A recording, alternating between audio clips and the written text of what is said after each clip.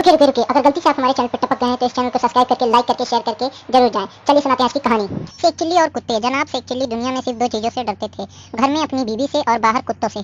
तो वह घर में बीवी से और बाहर कुत्तों से जरा बच के ही रहते थे, क्योंकि उन्होंने भी सुन रखा था कि भौंकने वाले कुत्ते काटते नहीं।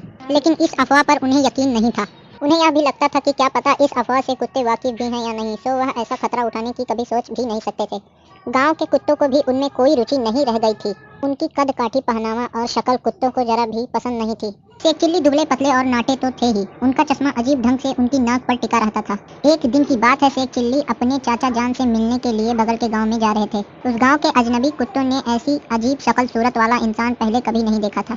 आज जब पहली बार ऐसा मौका नसीब हुआ तो वह जोर जोर से भौंकने लगे। वह इस अजीब इंसान का पीछा छोड़ने को तैयार न थे। जहाँ भी शेख चिल्ली जाते कुत्ते भी पीछे पीछे भौंकते हुए लगे रहते। शेख चिल्ली ने कुत्तों को पीछा करते देख अपनी चाल बढ़ा दी, लेकिन वह जितनी तेज चलते कुत्ते उतनी ही जोर से भौंकते।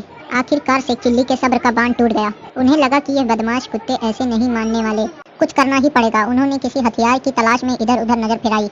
बगल में ही एक ईंट पड़ी थी। वह झुककर उसे उठाने लगे, लेकिन ईंट हिल भी नहीं रही थी। वह तो जमीन में गड़ी हुई थी। पूरी ताकत लगा देने के बाद भी शेख चिल्ली उसे उठाने में कामयाब नहीं हुए। वह नाराज हो गए और गुस्से से गांव वालों को भर भर कर गालियां देने लगे। एक गांव वाला उधर से गुजर रहा था। बड़ा अजीब गांव है तुम्हारा, शेख चिल्ली गुस्से में ही चिल्लाए। यह भी कोई तरीका है? तुम लोग कुत्तों को खुला रखते हो और ईंट को बांध कर।